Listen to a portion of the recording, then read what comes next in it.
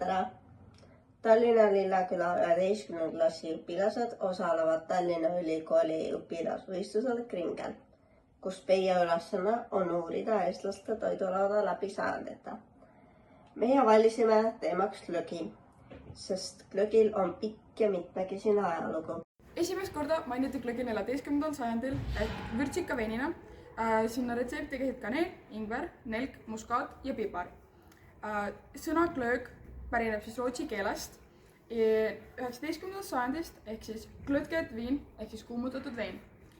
19. sajand muutus siis glögi traditsiooniliseks talvejoogiks ja sinna hakati lisama likööri ja brändid, et muuta seda tugevamaks. 20–21 sajand tekkis siis kaasaegne tarbimine ja see levis üle Baltikumi ja lääneriikide. Eestisse jõudis glögi siis 1980–1990, aga 1995. aastal hakati seda Põltsamaa veinitehases tootma. Ja nüüd on ka tänapäeval erinevaid alkovabasid variante ja neid on väga palju erinevaid. Glögi näitab, kuidas geograafia ja keemia igapäevaelus kokku saavad. Kui glögi on populaarne külmates Põhjamaades, pärinevad selle koostised üle maailma.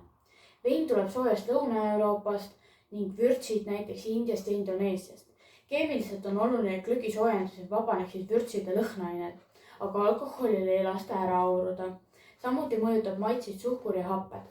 Glögi on hõõgvein ehk kuumutatud punavein, mida on kangendatud viina või konjakiga ning maitsestatud rosinate või mandlitega.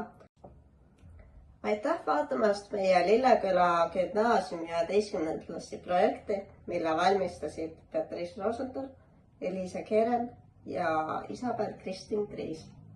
Täname tähelepanu eest ja soovime teile ilusat ja teadmisterohket päeva.